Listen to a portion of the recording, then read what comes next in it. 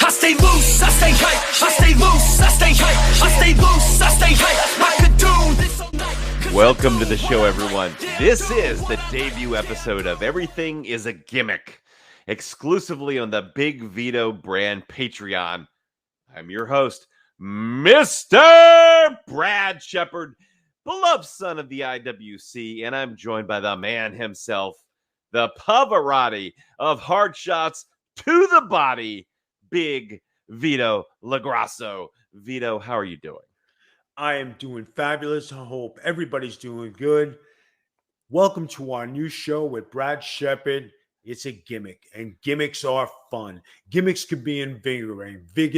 Gimmicks can be imaginary. Gimmicks can be anything you want it to be, and it's going to be right here with the Big Vito brand. Brad, take it away. Absolutely.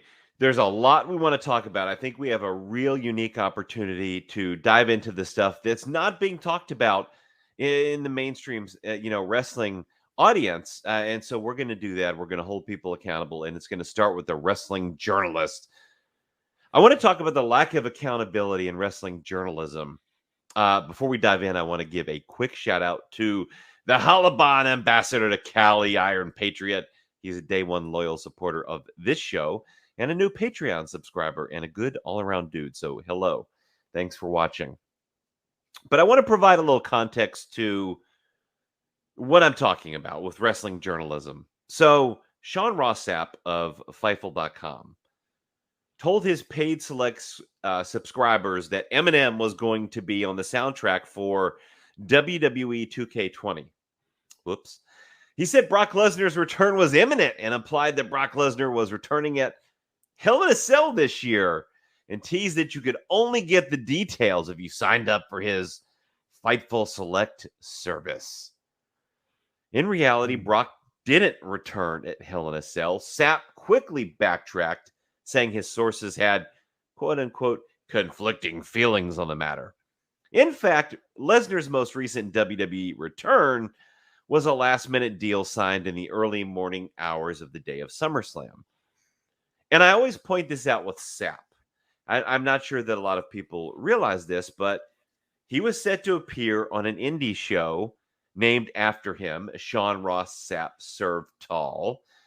The promoter was implicated in the wrestling Me Too movement. So that's who he's associated with. And that's how scared this scummy promoter was of Sapp's big league wrestling journalism. Sapp has to realize that guys like Dax Harwood in AEW and referee Jason Ayers in WWE, two of his sources, aren't the end-all be-all on company information. But then you've got guys, Vito, like Dave Meltzer, who, in my opinion, have been extremely negative with as far as their impact on the business. Dave's reported so many false stories that we could literally dedicate an entire podcast to it. But more recently, he reported in his Wrestling Observer newsletter, which is, I don't know, about 2.5 times the cost of the WWE Network on Peacock. But he said that Asuka was not on TV because creative had nothing for her. The only problem with that is she's been out injured.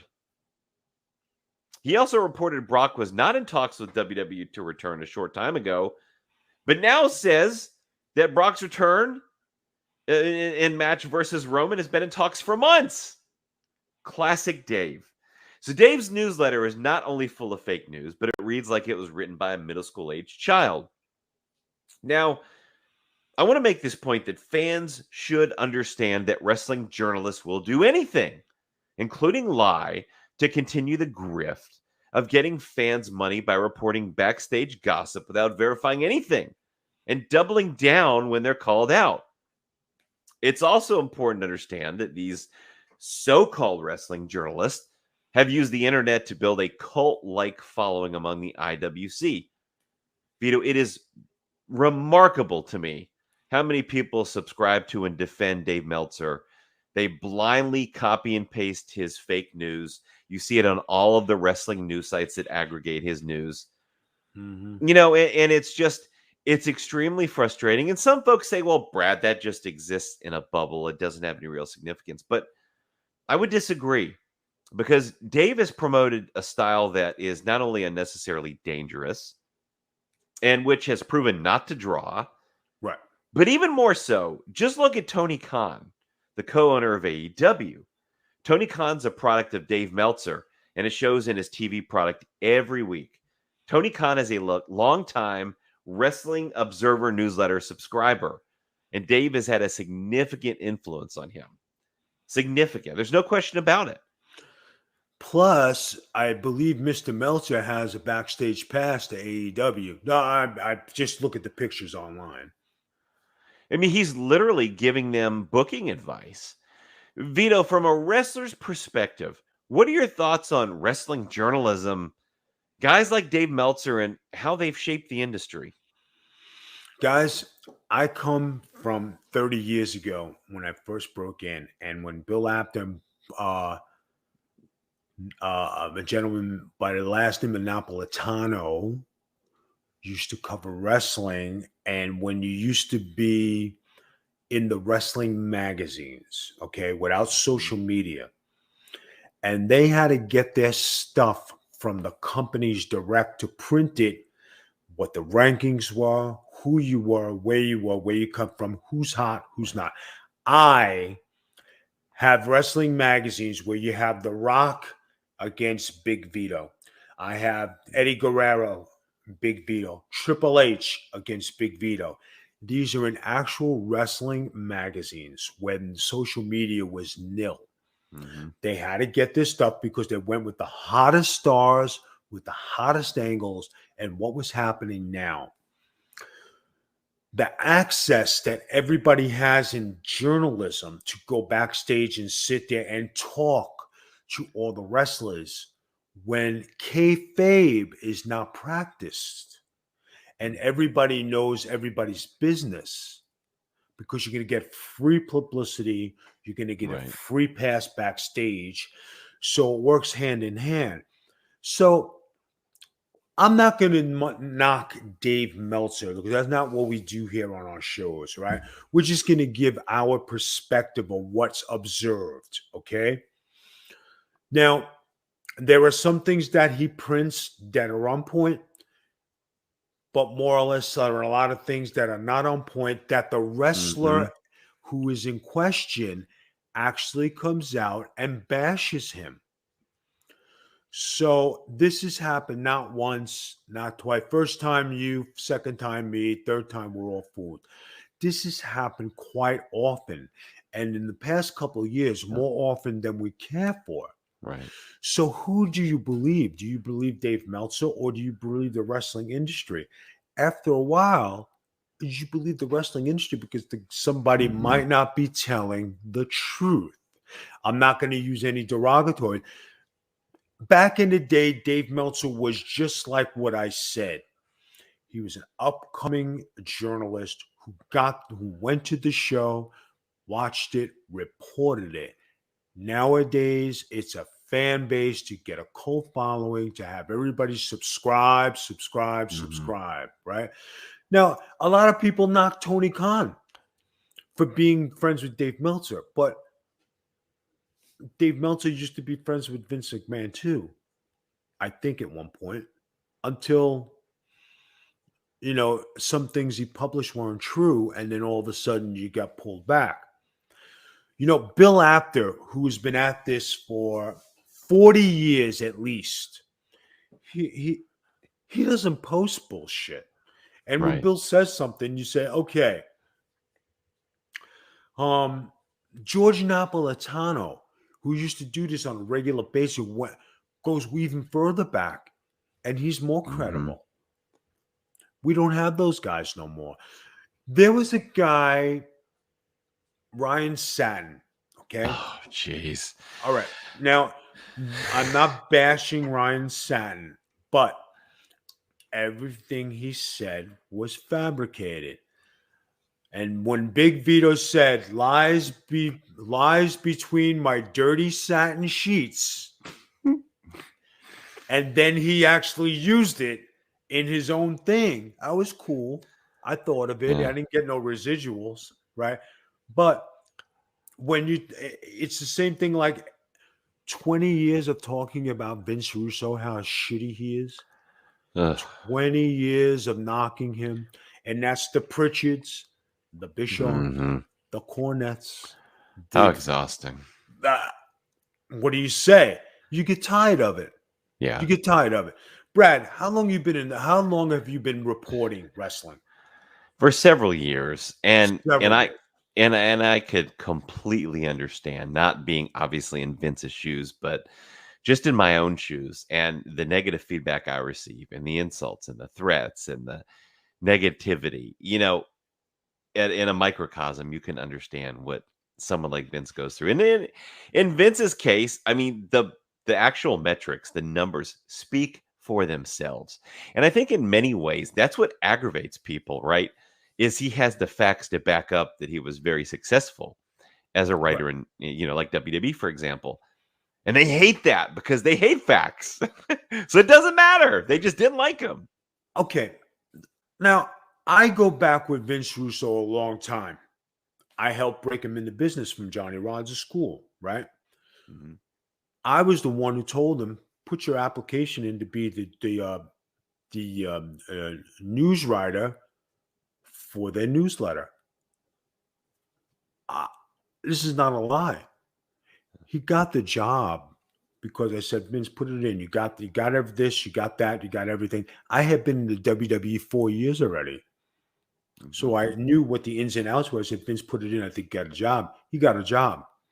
His intellect, his mind, his view on the business intrigued Vince McMahon. He got rid of Jim Ross. He got rid of Cornette. He got rid of Pritchard. He got rid of just about everybody in the booking team. And it was just him and Vince writing together. 2 guys, not 10. Yeah. Very successful because you're bouncing things off. Old school, new school, putting together. Let's make something delicious. Hmm. It worked. After all these years, they said, Vince went to WCW. They paid him a handsome sum of money for him to go there. Were the ratings good? Yes. Did he keep the ratings up? Yes. Did everybody like the storylines? No. You know why? Because he took the old guard and he said, we got to get the new guard in.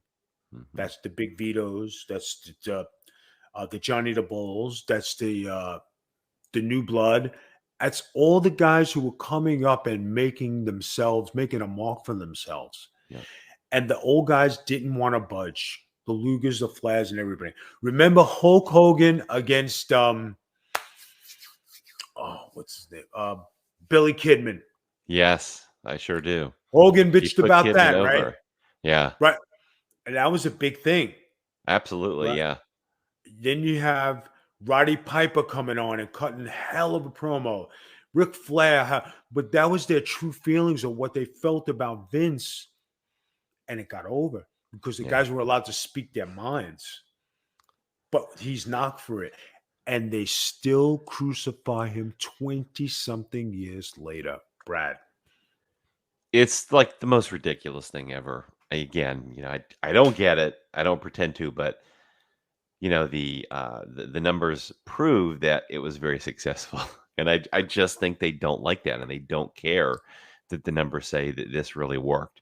And I think we see that with the modern audience too, Vito, is they don't care that casual fans are interested in wrestling.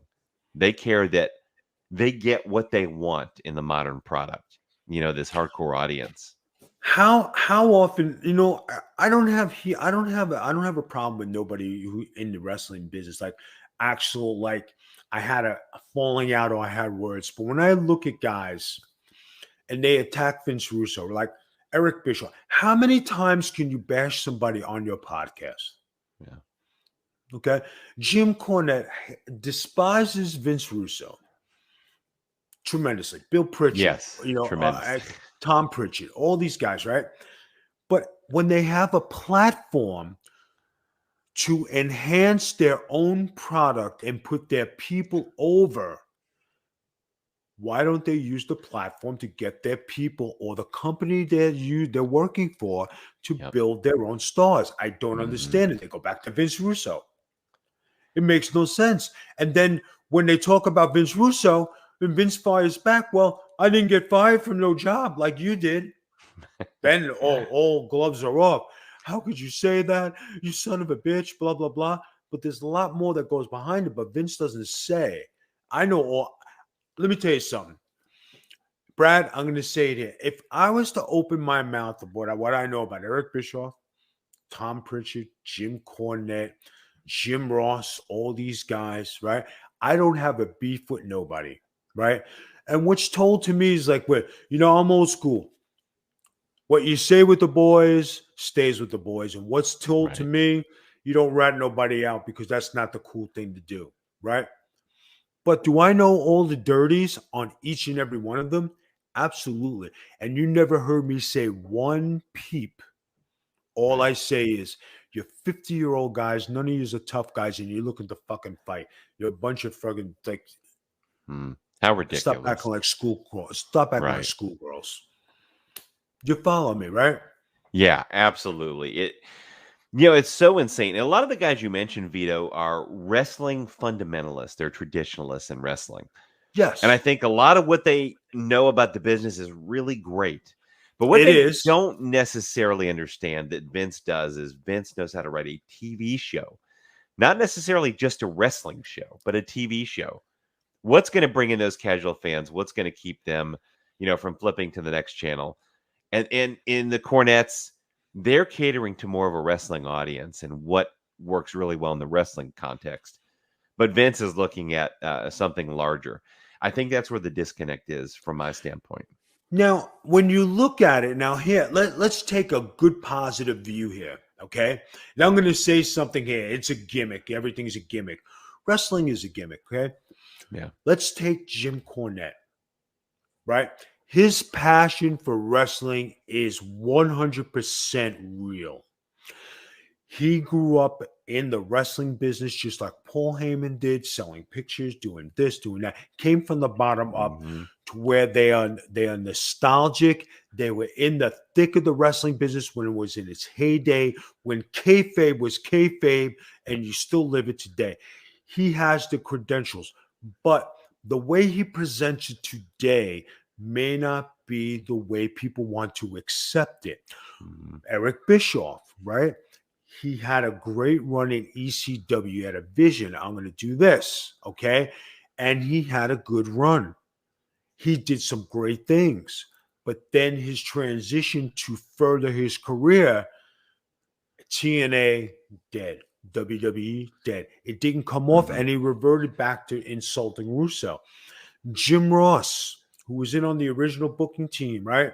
Yeah.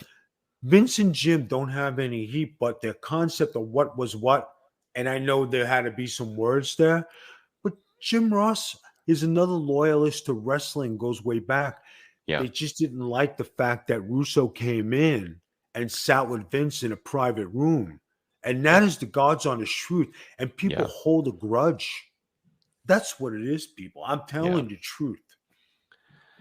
Yeah, absolutely. Yeah, again, it's just, and I think you see this a lot in wrestling today video is, what are you catering to? Are you catering to like this wrestling niche audience that X amount of people, for sure are going to like no matter what and watch no matter what? Or are you going to go for something larger, a casual audience to increase your profits, to increase your viewership on TV, etc.? And I think Vince always had that goal, Vince Russo, of getting as many people to watch as possible.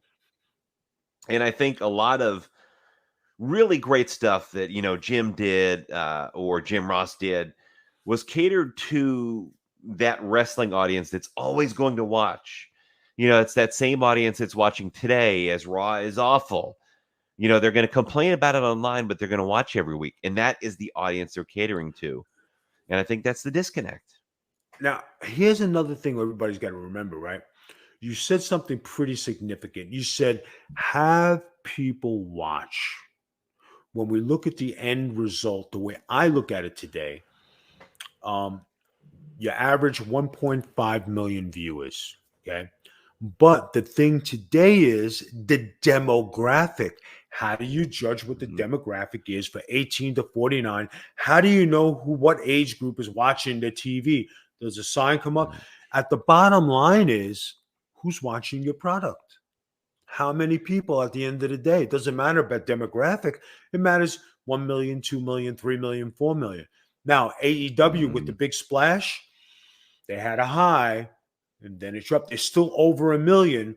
Will they keep it over 1 million with CM Punk, or will it fade like it did with Sting? Mm-hmm. Sting came in 1 million. Okay. Yeah. I mean, one of the you can do the sniff test. I mean, one of the ways that you can determine how cool wrestling is and how many people are going to watch is just look at everyday life and how many people are wearing Johnny Gargano t-shirts when you're out and about every day. Like fucking zero. Exactly zero. I haven't seen any.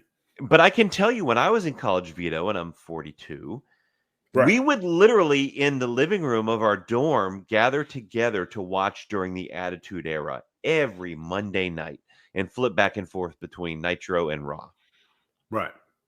I mean, what more needs to be said to gauge the interest of the product today?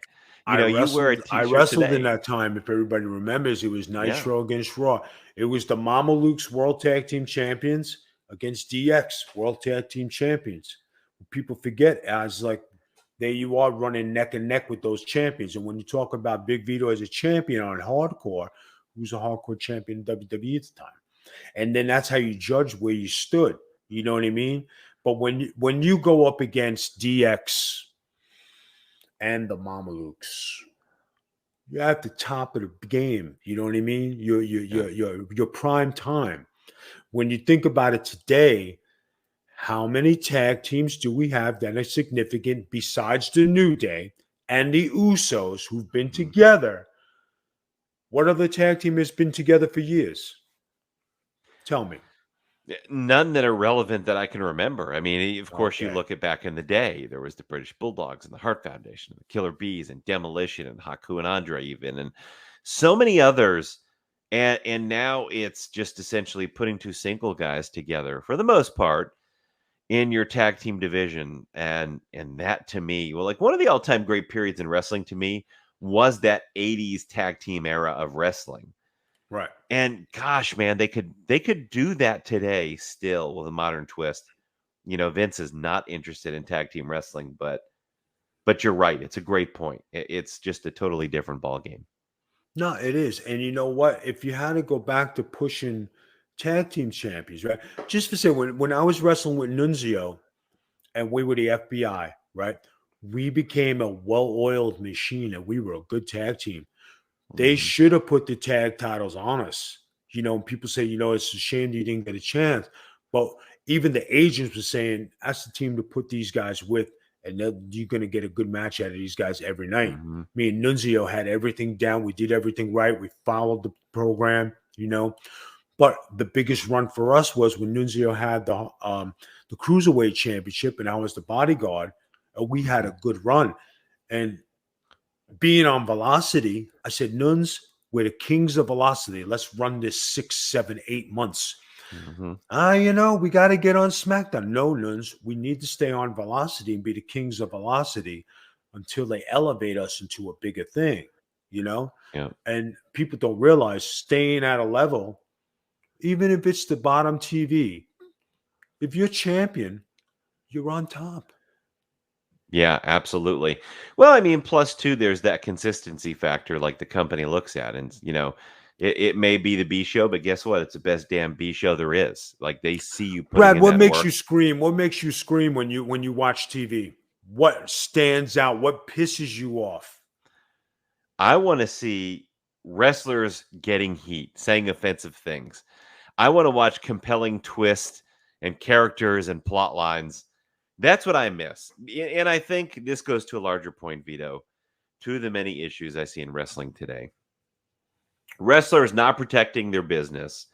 Right. And the companies just not allowing their wrestlers to get heat, be controversial, or essentially do something to sell tickets so you would want to see the babyface beat them. I'm going to give you a couple of examples and then get your take here. So two of the more recent examples are Max Caster being suspended from AEW without pay for a rap with offensive lyrics, essentially, which he sung during his entrance on AEW Dark, which by which the was way, in poor taste. yes, and it was a recorded show and it was allowed to air, but the cancel culture came for him online and suddenly he was off TV and now he's returned, which is good news, but he's not doing the character piece that was actually getting him over, the rap during his entrance. They're so scared that they have cut it altogether. Then you have Matt Riddle on the opposite end of the spectrum here. Oh boy, here we go. Here we go is right, because I'm not a fan of this fucking guy at all. Nope. He attacked the top guy in the company in Roman Reigns during an interview with Bleacher Report, saying Roman doesn't move the needle and he could beat Roman up in a quote unquote real fight. Whether he's shooting or going into business for himself, it doesn't matter because the end result is the same. He's killing the business. How does this help anybody draw? All he's doing is rubbing it in fans' faces that wrestling is not real, and so why should you really care about it anyway?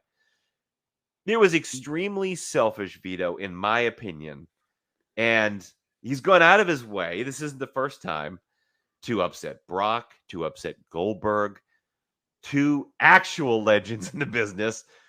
Riddle's 35. He's barely been in WWE for a cup of coffee. I don't get this at all. What am I missing about Matt Riddle? Because honestly, this is a guy who would never be on my roster. Okay. I'm going to give you the skinny on this, okay?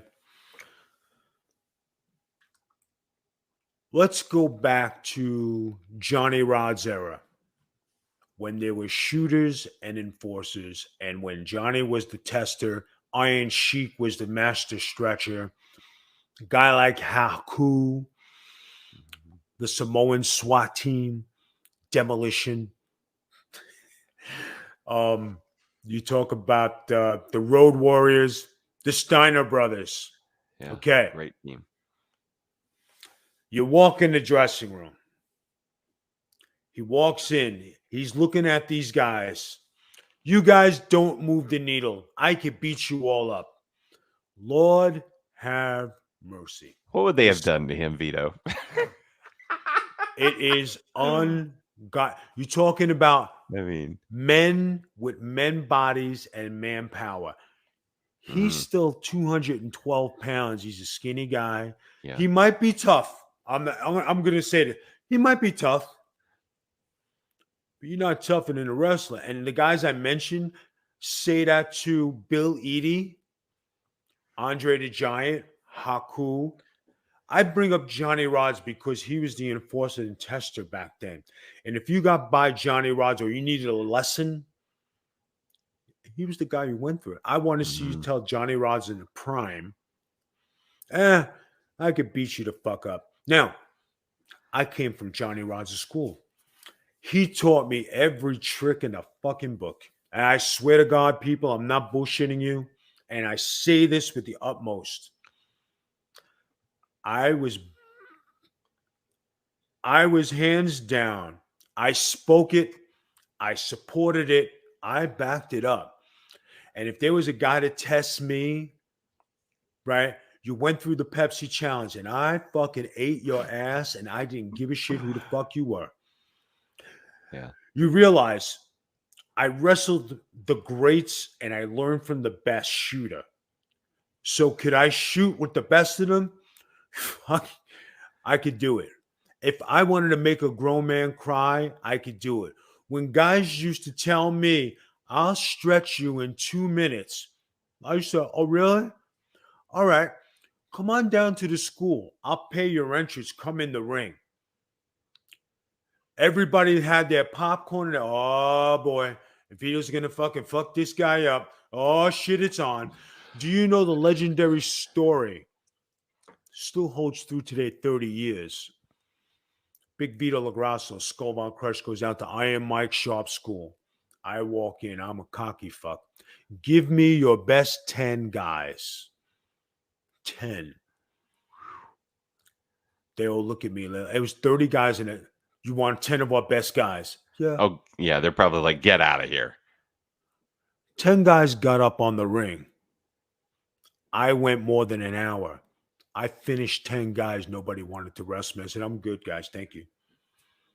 True story. Mike Sharp, Vito, come over here. I want to talk to you.